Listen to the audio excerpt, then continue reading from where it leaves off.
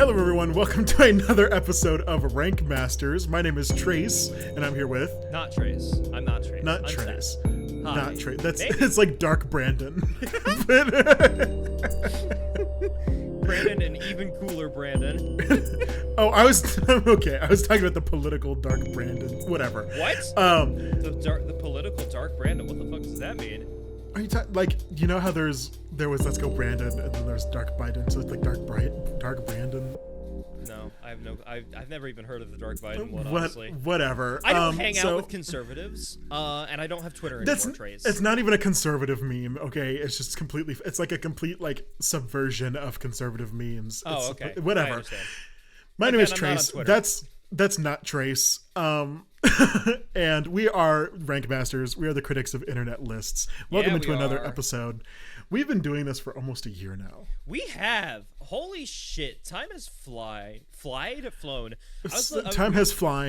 Time has flown. Yeah, I was looking at our history, and like, when was the fucking... You mean our herstory? Feminism. Let's go, baby. But yeah, literally January 5th was when I first started like working on assets for this, and our first episode dropped on January 25th, and I'm like, hell yeah, that rules. You specifically had such a quick turnaround. I just told you, I texted you one day and I was like, I have an idea for a podcast, and you're like, I like it, and then you started working on assets like the same day. Well, we talked about setting up this podcast in the past. I still remember the time you first proposed this, because you were visiting me in my apartment in the summer before we started this. Because we were in a pool, and I remember the pool was open. We were in a pool, and so I had this really fun podcast idea. I'm like, oh yeah, that sounds fun, and then we never followed up until like January following year. Because I didn't have the actual idea yet. I was just like, I would like to do a podcast with you, and I'd like it to be like where we talked about stuff, and we talked about like our favorite podcasts and what it could look like. And I didn't have the idea until it came to me in like a delusion, like it was a premonition from God. Yeah. It was like, what if you talked about rank lists on the internet? And I was like, wait a minute, that could be fun. Yeah. Maybe I should have had this conversation in January when it would have actually been our 1 year anniversary, but yeah, that would have been fun. But yeah, right now I definitely am proud of myself for how quick I had that turnaround. In large part just because I have executive hyperfunction. I have a problem where, like, if I have an idea, I suddenly have the energy to work on it, and then I burn myself out really quickly. Like the Mario Wonder series I've been doing right now, I'm burning out on that quick. Because the moment I got that, I'm like, let's do it! And then I'm like, I'm tired. I'm going to play this on my own. Yeah.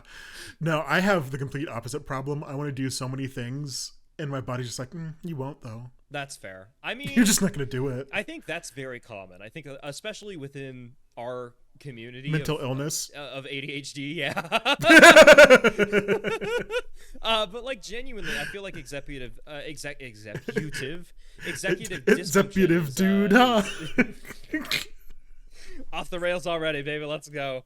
Yeah, I feel like executive dysfunction is very common, and I'm partially glad I'm on the other end of that because I like doing things, but I'm also burn out really quickly. Like the meme I made literally yesterday while I was on the toilet during my break at work. I had a 15-minute break and I saw a joke and I'm like, I can make this meme. It's great. I won't tell you what the meme is.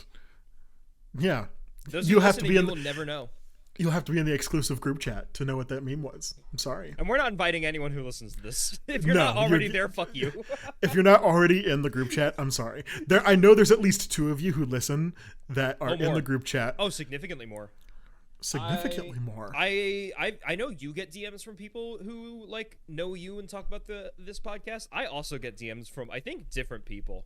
But they're also in the group chat? But they're also in the group chat. Like, literally just the other day, I got a message from someone who I thought would have zero interest in our podcast. I'm going to message you their name because I don't want to say it.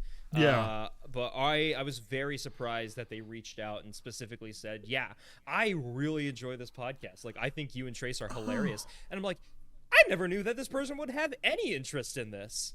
Honestly, you know what? Yeah. If he's listening, I love you. Thank you for listening. I really want to see you again sometime soon. But I know. No, I think that makes me happy because he recently just visited the city that I'm in, And that I visited. He lives in the city that you're in. only half the time. Only half the time, but like visited is a strong word. He lives there half the time. Yeah, he hit me up, and I saw him in one of the local group chats. And I'm like, I always forget that you're in this one and not and also the other one. I'm like, there's very few people that's true about. So it's nice. It's nice. It's nice. Fun fact, that's who took my virginity. Okay, that's wild. That's really cool. Shout out, love you. Honestly, still good friends to this day. I love them so much. Well, now they know who we're talking about. So I'm sure they would. We don't have to say names. I know. We don't have to say names, especially since I got a little very personal there. Yeah, I'm still not the only reason. But I'm just saying, up until this point, it was a little unclear who we were talking about. And now that person specifically knows we were talking about you. Yeah. Anyway, hi. Hi. Welcome to this podcast. So what constitutes a year, Seth? What constitutes a year? Yeah. What makes a year? Why do we have a year as long as it is? Well, it's supposed to be one full revolution around the sun. However, it's time is weird, and there are leap days, leap years, leap seconds. It's because technically a rotation. Trace. Leap fucking seconds? That blew my mind when I found out that we have a fucking leap seconds, because that means there's 1 minute throughout, I think, every 10 years that is 61 seconds long. And that broke me. I just wanted to know what a year means. Whatever. We're talking about planets today. Planets. Hello. Oh, yeah. Speaking of someone else who I think listens to this podcast, we have another. The planet. The planet. Shout out to Earth. Shout out Venus. Shout Number out one Venus. fan. Oh my god. The whole entire planet of Venus. No, wait. Literally, how did planets make you go, oh, this is another person who listens? We have a mutual friend who's obsessed with space. Oh. Yeah, it took a minute. Also someone who lives with the person we were just talking about. Kind of. Like, whatever. We're talking about space. I've actually been meaning to talk to them because I have been on a space kick recently. Space is great. Space is cool. I don't know what it was about this week, but all of a sudden I just started watching like a billion videos on astronomy is the scientific one. Yeah, astrology is the bullshit one. That's the one. Is the fun one. That's the fun one that we talk about when you're trying to date someone who lives in California. Or Seattle. Does Seattle care about astrology? Seattle cares about so much. Like, honestly, the most people that I know who do like tarot readings and stuff are from Seattle. So like that scans. That's fair. I get but it. Also, I like both. Astrology is very fun. I don't necessarily put too much weight into it, but like I think it's fun and I like to learn about it. Astronomy, the same. I also don't put too much weight into it. Like planets, right? Like those exist. Imagine putting weight into things. I would never. Right. Like you're gonna tell me that there's things that are larger than the planet Earth? Right. Impossible. Like I'll believe it when I can touch it. So today we are going to be a day where I'm gonna bring it back to you. Sorry. Today we are going to the MIT Technology Review. Yo, shoutouts college. I didn't go to MIT. I would have liked to. That would have been funny. To talk about the best places to find extraterrestrial life in our solar system ranked.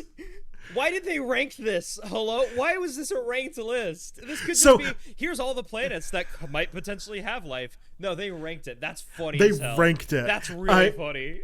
Thank you, MIT, specifically Neil Patel. Thank you for ranking these so it can be on this podcast. With no I. Neil has no I. It's just N-E-E-L. That's cool. That's a cool name, Neil. Patel. Keep it. But shout out them for writing this list in 2021. I wanted to find one that was as close as possible as this date because we're always finding shit. Don't spoil yourself. Jesus Christ. I'm not spoiling myself. I'm looking up Neil Patel's name.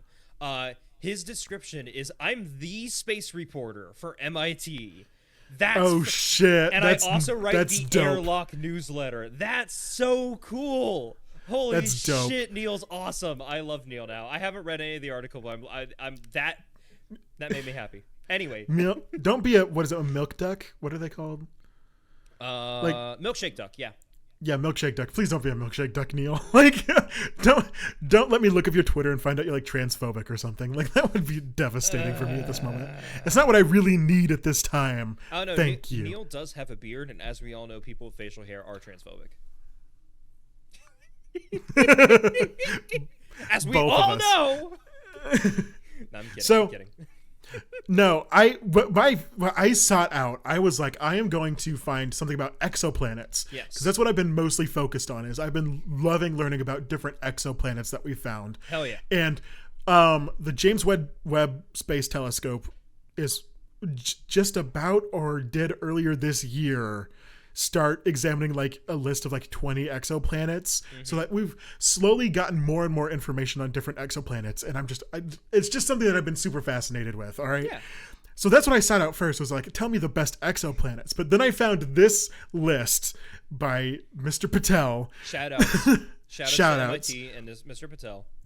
That was like, here are the best places to find aliens in our solar system. And I was like, all right, you know I love some alien shit too, so let's combine these, and we have the 10 most likely places to find alien life in our solar system. So these are things that are relatively close to us. So Trace, if Yes. number 1 isn't Earth, I'm gonna shit. That's not what an alien is. It could be. There could be an alien who's landed here and has been hiding here the whole time. Maybe we were the aliens all along. Yeah, who do you think built the pyramids? Humans. We were the aliens. We were actually the descendants, not of any species here on Earth, but of some weird space fungus. Jesus was a mushroom. All right, coming in Jesus at number was a 10. mushroom, let's go! Coming in at number 10, we have Triton. It means you've lived a life of sin. Hi, okay, Triton. Neptune, right? Yeah. So Triton is the largest moon of Neptune and one of the most exotic worlds in the solar system. Okay. It's one of only 5 moons in the solar system known to be geologically active, as evidenced by its active geysers that spew sublimated nitrogen gas. Its surface is mostly frozen nitrogen. Sorry. I'm glad that you're horny for Triton, but like... No, I meant physically. Like, that's got to be slightly warm. Oh, you're right. It probably is pretty hot. Sublimated nitrogen gas would probably be warm. Its surface is mostly frozen nitrogen, and its crust is made of water ice, and it has an icy mantle. Yes, this is cold. This is a cold world, so we were wrong. Well, hold on. No, read Yeah. the next sentence. But in spite of that, it seems to have been... It seems to get some heat generated by tidal forces, Yeah, it gravitational does. friction between Triton and Neptune, that could help warm up the waters and give rise to life through any organics that might exist on the moon. So- but actually finding life on Triton seems to be a very distant possibility. Yes. What were you going to say? I was gonna say I do think it's interesting how in like science writing you have to specify water ice as opposed to just saying ice like a normal person, because there Like are a other normal forms of fucking ice, person. but you have to specify water ice. Water I ice. get it. Yeah. So- Also, I love how we can always tell if it's a Trace episode because Trace actually reads the article. Well, okay. Like, I just skip the article most of the time. Like last episode, like we didn't talk at all about what the article said about light bulbs. I mean, sometimes we did a little bit of reading last time. Yeah, but only when you asked me to. Well, right, because I wanted to learn. All right. Yeah, I think it's there has to fun. be I just some think it's value funny. that. There's got to be some value that comes from this podcast. Okay. And it's useful for me because, like, even though I was aware Triton was a moon of Neptune, like I didn't know any of the details about it. I just know, it's one of the moons of Neptune. I recognize the name, but that's about it. Yeah. So going this through is cool. Yeah, this is something that I found that I thought was very, very cool, and this is something I learned from my videos. And space people tell me if I'm wrong in the way that I understand this, but when they're talking about tidal forces and what is causing that friction heat is because when the moon is rotating around Neptune, it's slowly just elongating and then coming back again and again. That's very And it's similar causing- to how the Earth works. Well, no, the Earth is permanently elongated. It doesn't move back and forth. There are minor fluctuations, but okay. Not as bad. All right? Not as bad as a small moon, yeah. The fluctuations that happen with us are mostly tidal, as in our water. Yeah. It's not actually like the crust of our Earth going. I like to think it makes that sound like. Get like the little flippy toy. I like that. But that's what's creating the heat underneath this ice. So you're like, how does something live in an ice planet? And it's because of that, because there's a liquid ocean underneath the ice caps, and it's so cool. Yeah, it's that's pretty cool. Like, I doubt there's. Actually, I claim that's probably where octopi are from. From Triton, specifically. Yeah, from Triton. Yeah, that makes sense. Yeah, they could build a spaceship. Obviously. Well, that's like, okay, I think I've said this before, but like octopus are my least favorite animal in existence. Why? I thought they'd be one of your highest. They're pretty cool. No, I don't know what they give me the heebie-jeebies. Well, yeah, they don't look like they're from this earth. Gee, I wonder why. Literally, okay, I have never experienced that feeling where like some people are like, you'll see something and every part of your body will just tell you to run. Mm-hmm. I never experienced that until I went to an aquarium and I saw an octopus, and I was like, I need to get out of here. Like, it was just like this weird visceral reaction in me that's like, this isn't natural. Like, there's something. Like, I was on that woman on the plane, and I was like, that bitch is not real.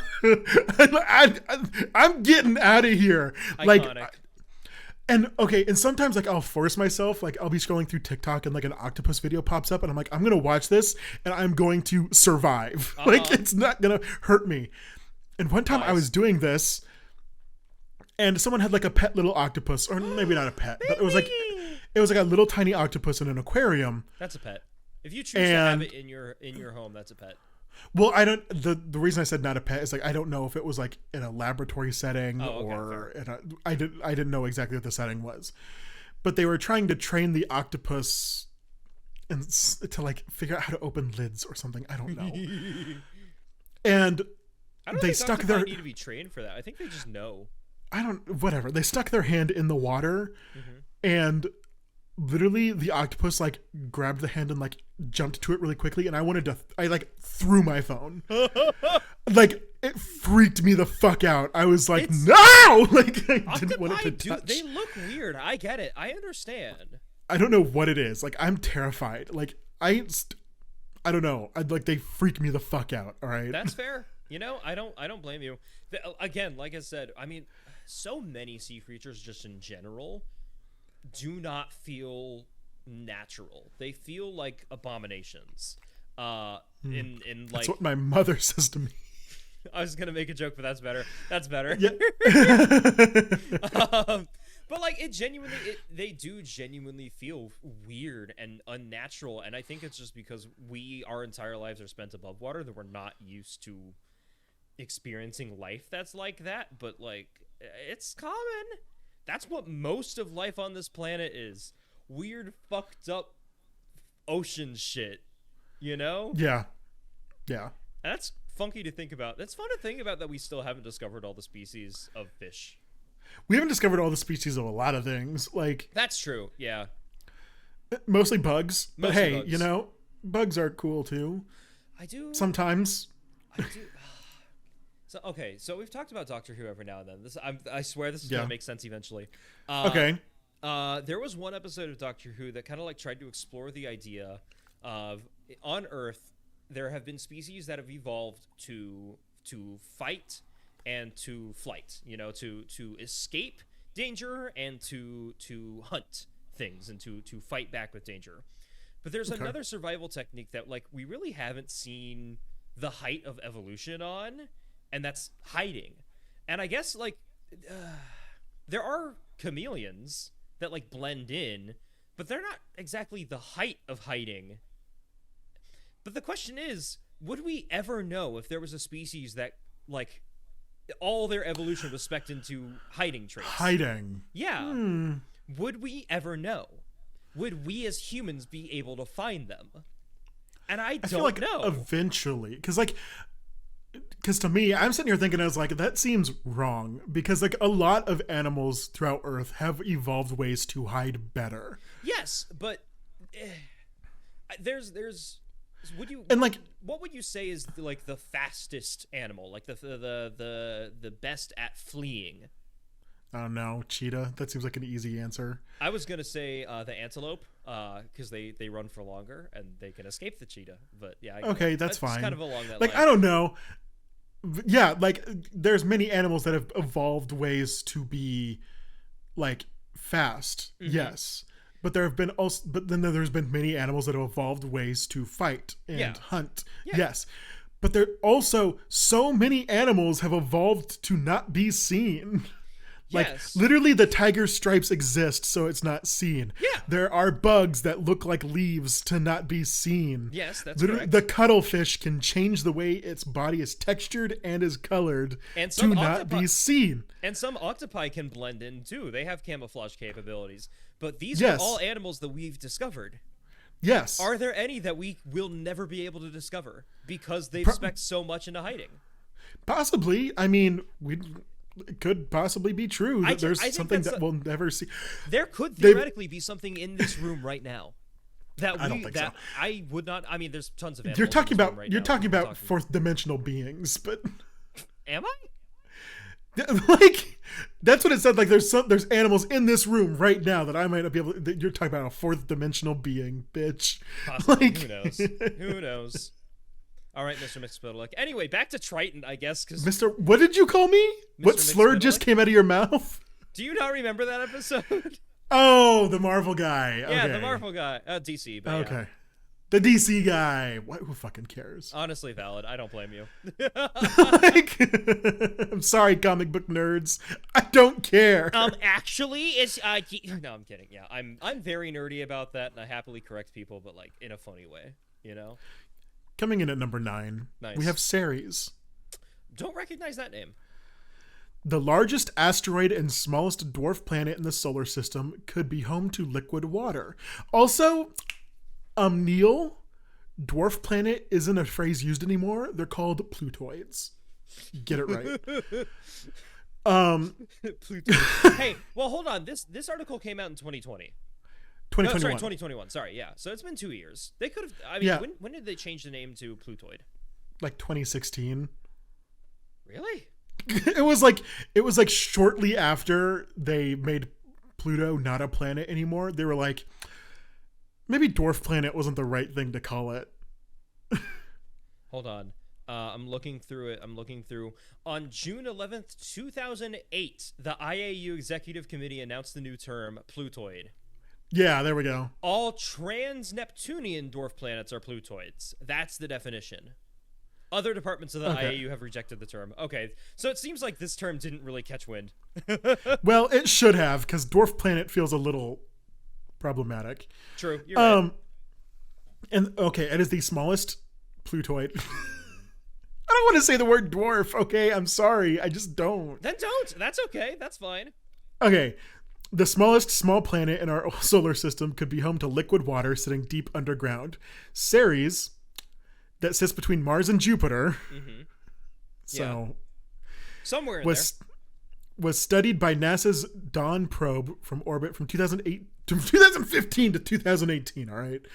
Scientists are still unpacking and analyzing that data, but tantalizing studies in the past few years suggest there's an ocean sitting 25 miles below the surface. Tantalizing. Tantalizing. Yeah. We love these studies. Could stretch for hundreds of miles. It would almost certainly be extremely salty, which would keep the water from freezing even well below 0 degrees Celsius. Dawn even found evidence of organic compounds on Ceres that could act as raw materials for life. Nice. That's cool. Why is it ranked second to last on this list? But Ceres ranks second to last on our list because its habitability has too many questions attached. The evidence of subsurface water and the organic materials is still very new. Even those things are there. Even if those things are there. Don't check my grammar while I'm reading these. Look, all I'm saying is you're the one who chooses to read every single article that we have on here, and also reading because is hard. I want people to learn, okay? I'm just saying, I just wanted to bring it up.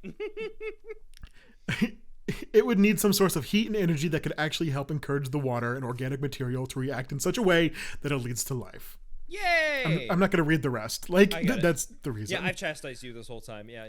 I know. Now I'm anxious and have trauma because you decided to tease me on my reading. Honestly, Trace, don't feel bad about that. At my new job right now, I've told people they work at a call center. Because the field that I'm in requires so many like government regulations, there are so many long ass disclosures that I need to read, and it is so hard reading them all every single time. Like, there's one process that we do, and I don't want to give the specific. I work for a bank, basically, and one thing that we do. Disgusting. Hey, I gotta make my money somehow. I know, we all do. Yeah, exactly. But one of the things that we do is called a balance transfer, and the balance transfer process, the disclosure for it is so goddamn long. It is 5 paragraphs. And I mean paragraphs. Like and the FFA creed. Uh-huh. And like the amount of times I have to say APR in that disclosure, it kills me. It hurts me. It hurts my soul. And I understand why we have to read it. It's important that it does provide good information for customers. Fuck, I wish there were that's the one time I wish AI could take over our jobs. I would literally just have an AI read the disclosure for me, please. And then honestly, we're getting close. Yeah. I mean, and it's not even like customers don't interrupt these disclosures, so it's not like there's going to be any issues with that. Why can't we just have, like, we get to that disclosure and we say, okay, flip to this AI, and it's a replica of my voice, but it's only reading the disclosure, nothing else. And I can stop it if someone does choose to interrupt for some psychotic reason. They're not going to. Someone's like, what does that mean? Like, you would know the answer. Yeah.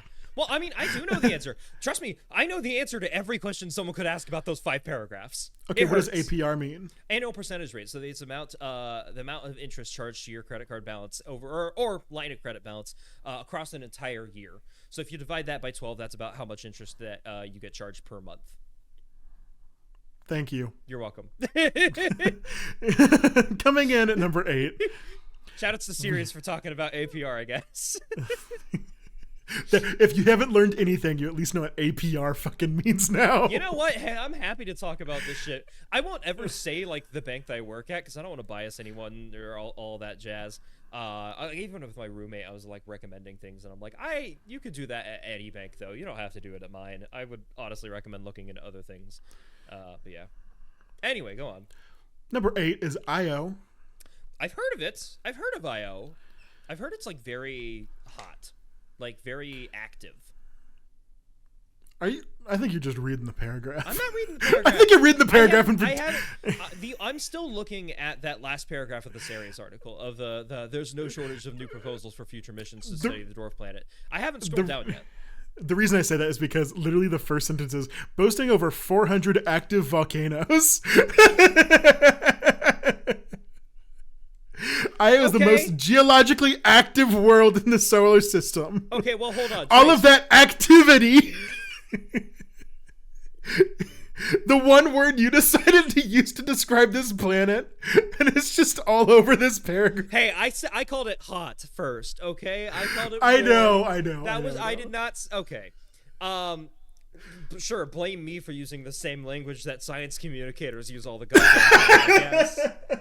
Fucking hell. Blame me for remembering things. Blame me for knowing. I mean, hey, I didn't pretend to know what series is. I could have scrolled down and said that, but no, I had no clue what that shit was.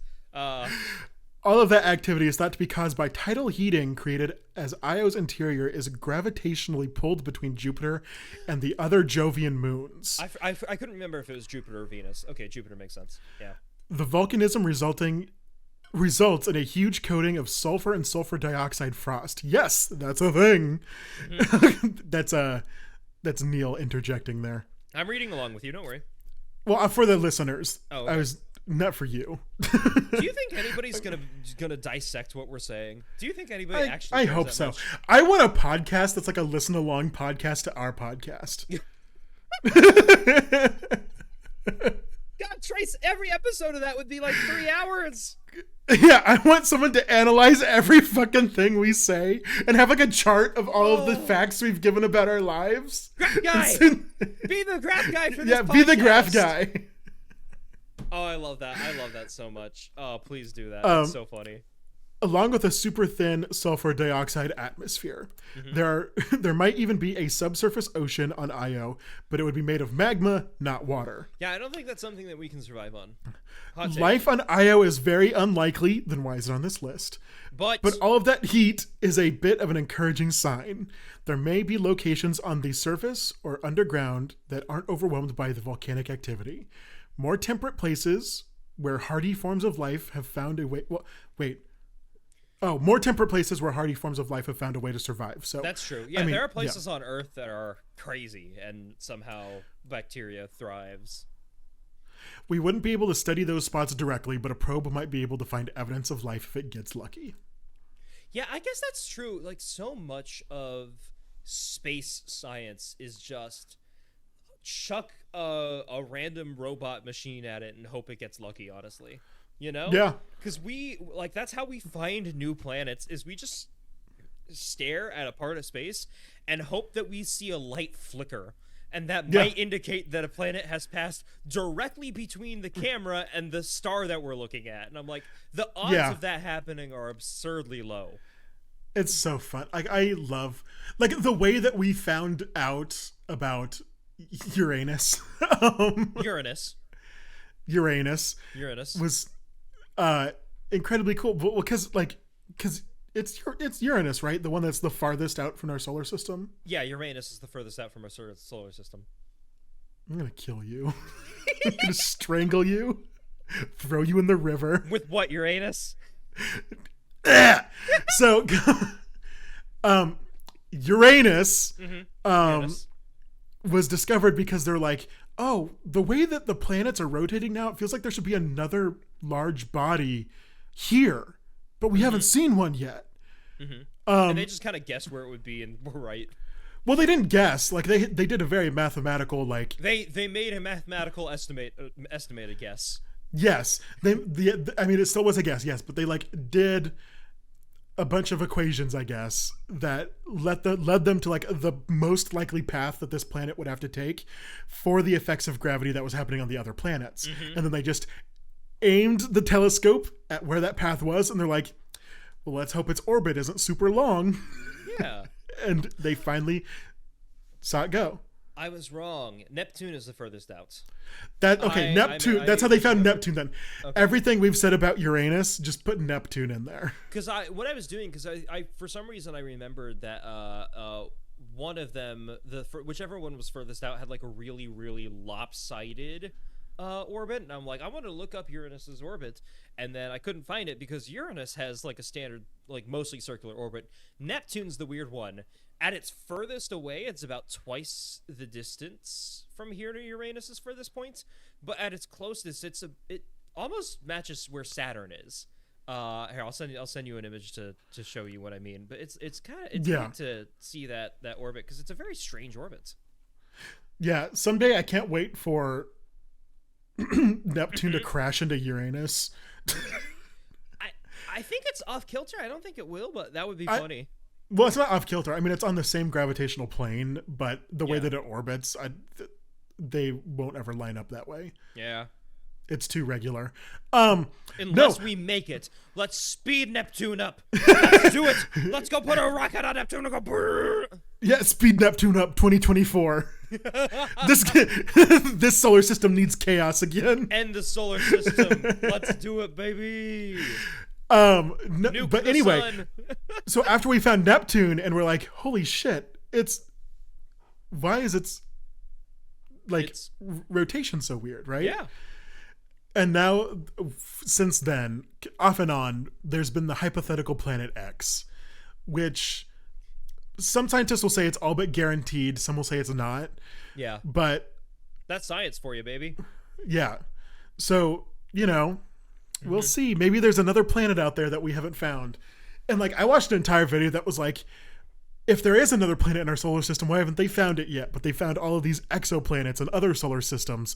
And they went through all of the strife, I guess, that we would have to go through to find this extra planet with our current technology. And they're like, literally, it's just because we haven't been lucky enough yet to spot it. I mean, yes. Again, we know so little about space because we're just kind of making guesses, not blind guesses. We have a lot of evidence saying that these guesses should be accurate, but we're just kind of hoping. We're putting out cameras and trying to find things, and maybe that's the same thing. We don't. They were like, depending on its mass, it could have a multitude of different orbits. Mm-hmm. So they're like, we can point it at one of our guest's orbits, but even if it has like wrong. But what happens if it's like orbit lasts like 500 years and we just missed it? Yeah. We would have to wait another 500 years before it passes our telescope. So like, there could be another planet out there that we just don't have. Or maybe we do have. Who knows? The science is so weird. Coming in at number 7, we have Callisto. Ooh, I'm not familiar with that name. Callisto's claim to fame is that it has the oldest surface in the solar system. That doesn't really mean much in terms of habitability, though. Where Callisto shines for our purposes, is that it's another moon that's thought to be a vast subsurface ocean. Now, I feel like this claim happens with a lot of moons. Didn't someone try to say that there was a vast subsurface ocean on our moon and they were just wrong? I do not know. I know that there's water on the moon. Yeah. Or ice on the moon. Yeah. But I have no idea about a subsurface. We have to water ice on the moon. Yeah. I don't know about a subsurface ocean. Maybe there is. I thought someone claimed that and then they weren't able to find it, and then someone made the same claim about Mars and they haven't found it yet. And I'm like, Buzz Aldrin. Maybe y'all are just kind of wrong when you say that. Maybe you all are just subsurface ocean happy. Like, I mean, don't get me wrong. I understand why they all want there to be subsurface oceans, because if there is water, there's the possibility for life. Didn't someone also just announce that there's a subsurface ocean on Earth? That's called the ocean, babe. No, because our ocean is not subsurface. You're right. Hold on. Let me check. Let me pull that in. Someone plug in subsurface ocean Earth. Because I feel like that was also just announced for Earth, that there's a possibility. Well, and it's not like an ocean, like a free flowing ocean, but it's like a highly porous rock that has a lot of water in it, is what they're calling our subsurface ocean. That's really funny. I like the idea of that. Are you finding anything? I'm finding something, and I'm stun-locked because I found an article from ScienceTechDaily.com, and I was skimming through it, but I saw the line that says, however, until now it was not known what the long-term effects of sucking material into the transition zone were on its geochemical composition. And I'm like, okay, that kind of broke me. I don't know how to continue with this. I don't think this article's got anything legitimate here. The word sucking just made you go in heavy quotation marks, I will note. It's very strange. Yeah, researchers may have found an underground ocean. August 8th, 2023 is when this article is made. You can keep talking so I can read. Okay, I was just going to say Callisto, it seems to have the same arguments as the ones above, but its main problem is that it's just too damn cold. Mood. I mean, I'd thrive. You'd thrive there. I would thrive there. Chilly. I'd need clothes. I would go there and I'd still be wearing shorts and a t-shirt. I'd be like, that. Finally, some walking around weather. So did you find anything about the subsurface ocean on Earth? So, yes, it says that there's been a study mapping the mantle layer beneath the United States. The study have determined that there is a body of water within Earth's mantle. However, this body of water is dehydrated. What? Dehydrated water. What does that mean? That's not water anymore. That's just oxygen. I don't know what that means. I also don't know what dehydrated water means. It says, essentially, the theory is that deep down inside the Earth, approximately 600 kilometers, there are a whole bunch of semi-liquid rocks that are slowly dripping dehydrated water all over the place. They've explained that if all the dehydrated water within the Earth came up to the surface as H2O, the only land above water would be the tips of mountaintops. What the fuck does dehydrated water mean? I don't know. That doesn't... Dehydrating it makes it not water. That's just O2. That's just oxygen. Someone get the scientists on the phone. I'm so you know what? Now I need to look this up. Dehydrated water. Coming in at number 6, we have Ganymede, or Ganymede, however you want to pronounce it. Okay. Do you know anything about Ganymede? No, that doesn't even sound like a word. Okay, the largest moon to orbit Jupiter, and simply the largest moon in the solar system, is covered up in an icy shell. Can you figure out where this is going? Is there a secret subsurface ocean, Trace? But underneath that surface is home to a global underground saltwater ocean that might contain more water than all of Earth's own oceans combined. That's crazy. Naturally, all that water has scientists hopeful that some kind of life could exist on the moon. The moon even has a very thin oxygen atmosphere. Nothing to write home about, but it's something neat. And I feel Ganymede, like that is something to write home about, actually. I think most moons don't have an oxygen atmosphere at all. Yeah, and Ganymede has something else no other moon in the solar system has: a magnetic field. A magnetic field is critical for protecting the world from harmful radiation spewed by the sun. But Ganymede isn't perfect. A subsurface ocean is difficult to study, so if there's life on the planet, we're going to have a difficult time finding it. And so far, there has not yet been a dedicated mission to study Ganymede. Although the JUICE... I think I skipped over what the fuck JUICE is. What? Oh, European Space Agency's Jupiter Icy Moon Explorer. Okay, that makes sense. Will be the most in-depth investigation of Ganymede when it enters the moon's orbit in 2032. That's pretty soon, within the next 10 years. That's cool. Yeah. I'll hopefully be alive. I mean, yeah, honestly, a pretty big hope there. That's kind of terrifying to think about, Trace, but you are right. That is neat that it has an oxygen layer, though. Oxygen and that magnetic field, because like they said, that magnetic field pretty darn good. Earth has one, and it hasn't died yet. Anywho. Did you find anything out about dehydrated water? No, I just saw a bunch of products trying to sell dehydrated water, and I'm like, I think this is a scam. I don't think this is real. It's like on TikTok, there's that girl that's like, I have living water. And it's like, it's just water. It's just water. Yeah. But she spends like thousands of dollars on it, and it comes like in a little crystal, like fucking spout thing. It's just so stupid. And people are like, damn, they just sold you water. Coming in at number 5, we have Venus. Yo, shout outs. I actually have heard of Venus. Who really? Very obscure. Yeah, very obscure celestial body. Anyway, what about Venus? Hi. Here at the halfway point is where we start to get into the good stuff. Oh, hell yeah. Let's go that good stuff, baby. Let's go. Venus has surface temperatures that are hot enough to melt lead. Shout outs. And surface pressures that are more than 80 times as harsh as what we experience on Earth. And yet, Venus is maybe home to life. Maybe. Those prospects ignited last year when researchers detected phosphine gas. Phosphine gas, yeah. In very thick Venusian atmosphere. Interesting. I got thrown off by the word Venusian. That's just the term for. I know. What's from Venus. I know. But I couldn't tell if it was Venusian or Venusian. And I was like, and I am not about to say Venusian. Yes. I was like, I'm not about to say Venusi out loud, okay? Oh my god, that's pussy, babe. So I chose Venusian. On Earth, phosphine is primarily produced naturally by life in oxygen-poor ecosystems. Yeah. Which raises the possibility that there might be life on Venus responsible for producing it as well. And the most likely scenario would be a microbial life that's hanging within the clouds, airborne life, basically. Now, one thing I'll note about phosphine, because I did some research, it rung a bell, but I wanted to double check, so I looked it up. That's pH 3, for anyone who doesn't know. That shit's explosive. And it also smells like garlic. Nice. Spicy.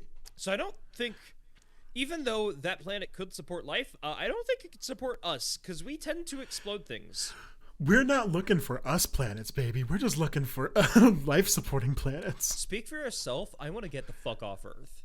Bye, bitch. Okay, Elon Musk. Actually, now no, that I want to ship all the billionaires off Earth so we could be done with them. throw them in the pit. Throw them in the pit. Yeah, basically. They go in the pit with the politicians. With the explosive Venusian atmosphere. The Venusian atmosphere. Now the phosphine detections have come under scrutiny, and the idea of airborne life is certainly not something all scientists can get behind.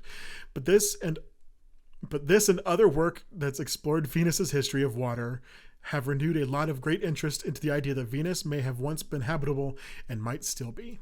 Did they just say that scientists can't get behind airborne life? They can't get behind airborne life in Venus. I was going to say, because there's a lot of airborne life here on Earth. That is a thing that happens. That's called bacteria, babe. They float. Coming in at number 4.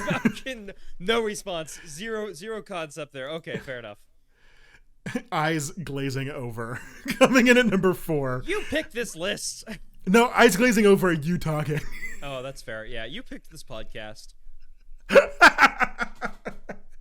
No, I was trying. Okay, 100% my eyes weren't glazing over. It was because I don't know how to pronounce the next thing's name. Spell it out, babe. Enceladus? Salad! It's the Spanish word for salad. Ensalada. No, that's ensalada. Yeah. It's the salad moon. I love it. But it's like it's Enceladus. Enceladus? I don't know. It's celibate. It's an incel. Involuntarily. Saturn's 6th largest moon is completely covered in clean ice. Clean. Well, I'm sensing a theme here, Trace. Girl, they're far from the sun. Okay, they're gonna have ice. That's true. It is Saturn. You are right. That is but this time it's clean, and they don't say water. It's not water ice. Oh, why? Now I'm confused. Why they said water ice earlier? Maybe because this isn't just water ice. Maybe it's just ice. But then, what would make it clean? I guess I don't understand. I don't understand. It's completely covered in clean ice, making it one of the most reflective bodies in the solar system.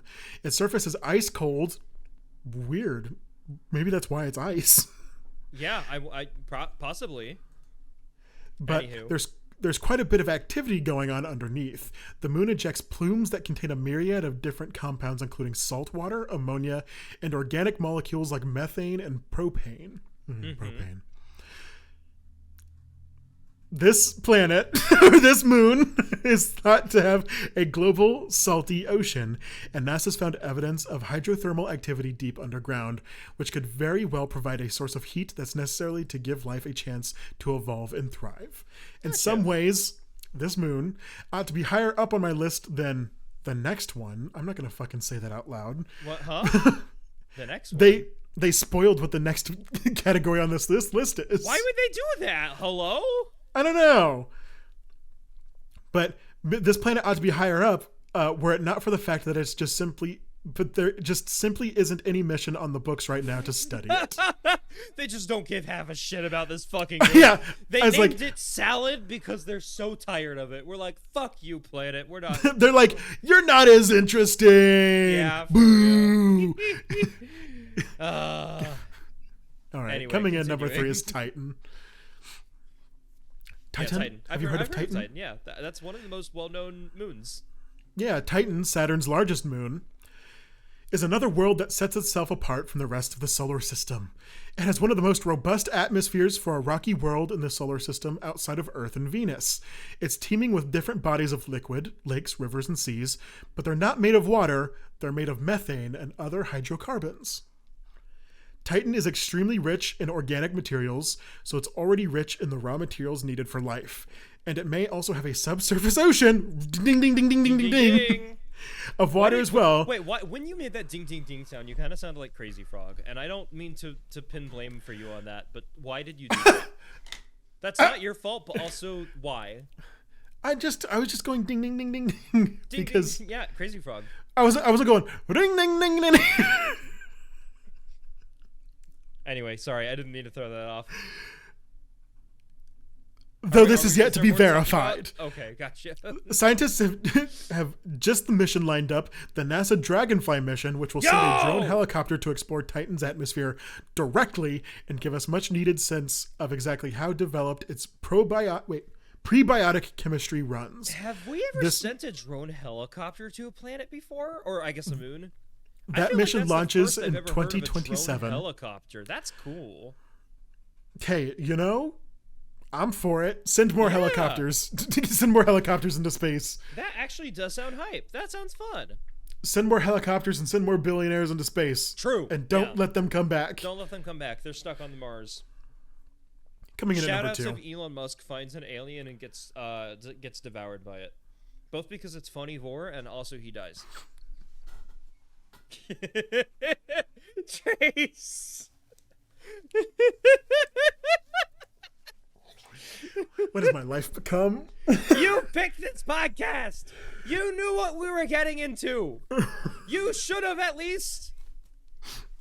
You approached me and asked, "Hey, Seth, do we want to start a podcast?" Over about a year ago. Dear God. Uh-huh. I hope you forgive the sins that I commit every day. I hope you know that I'm still but a lamb in your flock. Oh my God. Coming in at number 2. You're coming on number 2? Trace. All right, I'll stop. I'll stop making stupid jokes. We can continue being serious. What's number 2? At number 2, we have Europa. I've heard of that. Yes, okay, Europa. Nice. Don't know much about it, but I've heard of it. Jupiter's moon has an icy shell that's 10 to 15 miles thick, covering up a large subsurface ocean that's heated up by tidal forces. Love it. Anyway. That heating is thought to help create an internal circulation system that keeps waters moving and replenishes the icy surface on a regular basis. This means the ocean floor is interacting with the surface, which means if we want to determine whether life exists on those subsurface oceans, we may not necessarily need to go all the way down there. Scientists have found deposits of clay-like minerals associated with organic materials on Europa. Mm-hmm. And it's suspected that radiation hitting the icy surface would result in oxygen that might find its way into the subsurface oceans and be used by emerging life. Cool. All the ingredients for life are potentially here. Nice. I do like that. I like life. Luckily, we're set to study Europa in great detail. JUICE, as we talked about before, will make 2 flybys of Europa during its time in the Jovian system. But the marquee mission on the books is Europa Clipper, a spacecraft that will conduct low-altitude flights that would attempt to study and characterize the surface and investigate the subsurface environment as best it can. Clipper launches in 2024 and will reach Europa in 2030. That's very soon. The fact that, okay, you know what? Actually, I'm down for that. That sounds pretty cool. If we're all still alive by 2030, we'll find some more information about Europa. Yeah, shout out Destiny players. Because Destiny takes place on Europa, right? Does it? Or Destiny 2? Or one of the I'm pretty sure it's Destiny that takes place on Europa, or at least partially takes place on Europa.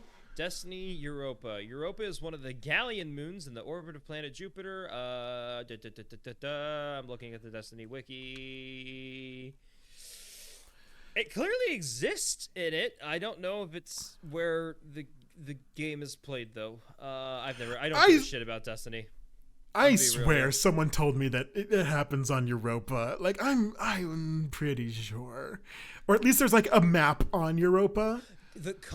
Concept art of Europa was released during the Destiny reveal press conference, and it is the main destination in the Destiny 2 expansion, so it's DLC. Okay, there we go. Gotcha. There it is. Coming in at number 1. Also, shout out, I thought Destiny took place entirely in like a fantasy world. I didn't realize that this was based in our solar system. That's kind of neat. I've got no clue. Yeah. Like that's the only Destiny fact I have in this little brain of mine. You could point a gun to my head and say another Destiny fact, and I would not know. Say another Destiny fact, Trace. I don't know. Bang. Like oh fuck I accidentally opened the fandom page. Fuck fandom. Right. Shout out. Shout out. We don't know what the fuck is his name. Moss. Who? What? Oh, Mossbag.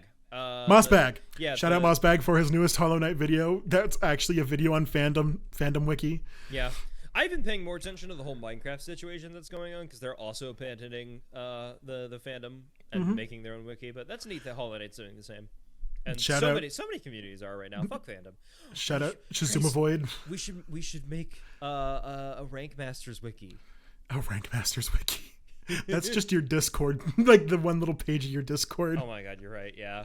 It would be fun to have like an active catalog of like, here's all the side tangents we went on throughout the series. We need a fan base. I'm calling on you. All right. I want a podcast that sisters this podcast of someone analyzing what we're saying. And the 2, 3-hour-long post-commentary podcast. I love it. I want a wiki that like maps out my entire life as you guys know it, so I know what tangents I can go on. I was gonna say, yeah, let me know how much I've doxed myself so I can see how much further I could push it. Yeah. So I know where my actual limit is and I don't have to guess every time I get on the mic. I'm curious how many times I've lied and people have just like taken it seriously. I want to know how many times I've lied about my own past and history and not like made it obvious that it was a lie. Because I don't think I do that very often, but I know I've done that sometimes. Yeah, sorry. Peeling back the curtain a little bit. Sometimes Seth and I lie. Only sometimes, though. It's pretty rare. Only sometimes. You can most of the time, we're telling the truth. Anyway, number 1 on this list is Earth, right? Coming in at number 1. Earth. It's Mars. It's the best place to find life in the solar system. That's not what we're alien life. Alien. Does this stay alien life? Oh, yes, it does. It says extraterrestrial. Okay. Number 1 is Mars. Hi, Mars. Mars takes the top spot for several reasons. We know it was once a You fucked me up, man. I said Mars meets moms and it broke you. That was the cheat code to break Trace's brain. But that movie was such a cinematic disaster. True. And like the fact that it continues to haunt every like older Gen Z's brain. Like, why do we think about this movie so much? Like, none of us went to see it. Yeah. Like, there was another movie about someone landing on like a fully civilized like alien planet, and I don't remember what it was, but that movie, I think about that one more than the Mars Meets Moms, but I don't remember the name of it. Kids animated movie about Mars. Boom. Do you remember the animated movie about the flies that wanted to be astronauts? No. It was like called Fly Me to the Moon or something. That's cool as hell, but no. I don't remember anything about that movie other than the fact it had flies that wanted to be astronauts. I could tell you nothing else about this movie. No. Have you figured out what movie you're talking about at all? Planet 51, that's what it was. Yes. Oh, that one also kind of sucked. I thought it was funny. I thought it was kind of silly. But while I was looking that up, I got reminded of Tom and Jerry Blast Off to Mars, and I don't know how I feel about that. So let's move on. Number 1, Mars. Yeah, that's where you find Tom and Jerry. We know it was once habitable billions of years ago. When it had lakes and rivers of liquid water on its surface. Yeah. We know it had a robust atmosphere back then to keep things warm and comfy, and we currently have a rover on the surface. Oh my god, comfy. Perseverance. You forgot how to pronounce that word, didn't you? No, I was waiting for you to stop. You could just mute me. You could just mute me. That's fine. I'm planting seeds for our eventual fake beef. Yeah, we'll have a whole arc on our wiki about our beef. Oh, good lord. I can't wait.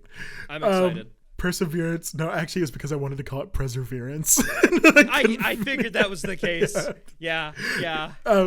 Whose express goal is to look for signs of ancient life. Nice. It'll even secure samples that will one day bring back to Earth to study in the lab.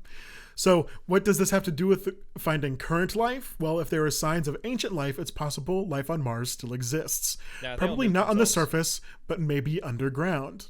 Is there a subsurface ocean underground? Oh my god, Mars is playing Fallout. What?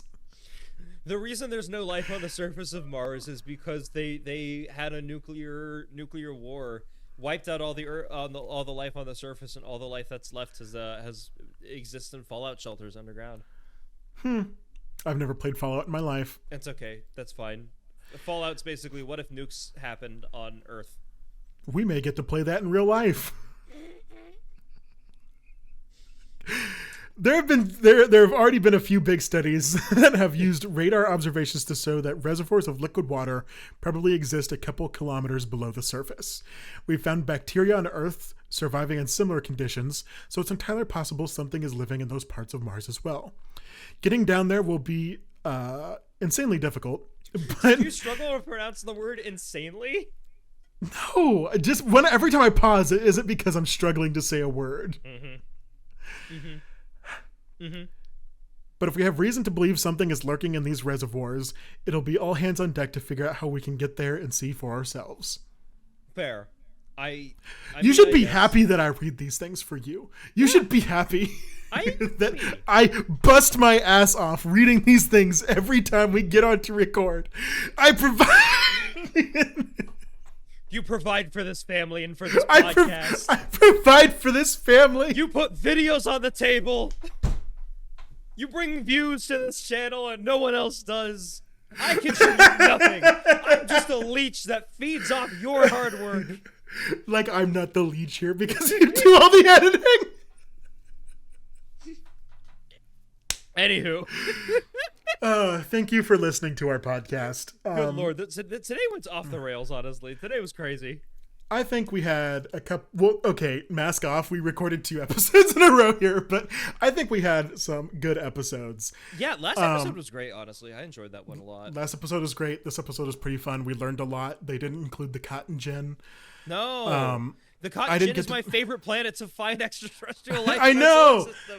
Why you forgot the very important Planet X cotton gin that we all know has microbial life. Oh God, we're gonna have to change the name of Planet X, aren't we?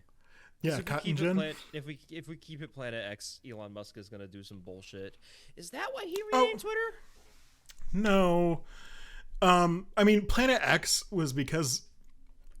That was back when Pluto was still a planet, so it was the 10th planet. Planet 10, yeah.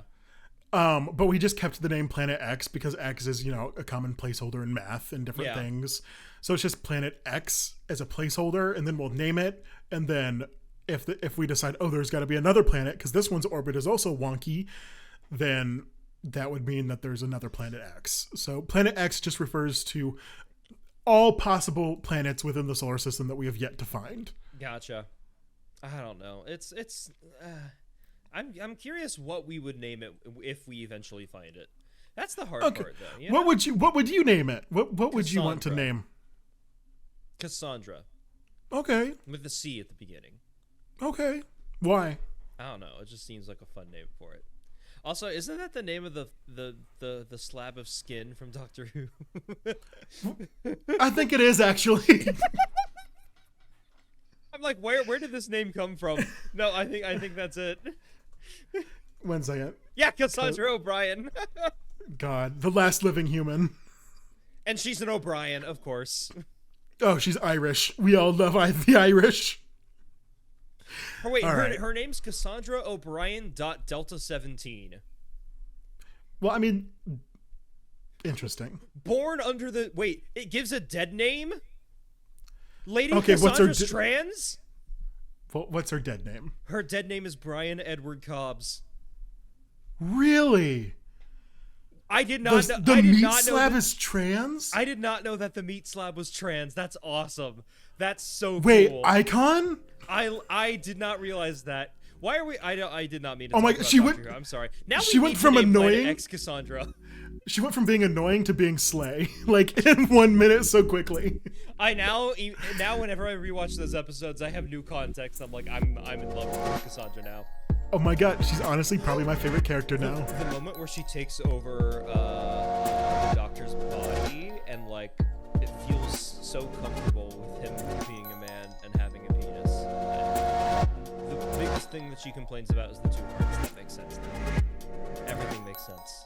She was sliving. She was sliving. I love that. Shout out to Cassandra. Pop off. The 10th one. comment down below what you would name the 10th planet. And leave us a like rating on whatever platform that you're listening to. And we'll see you next week. Bye. Bye.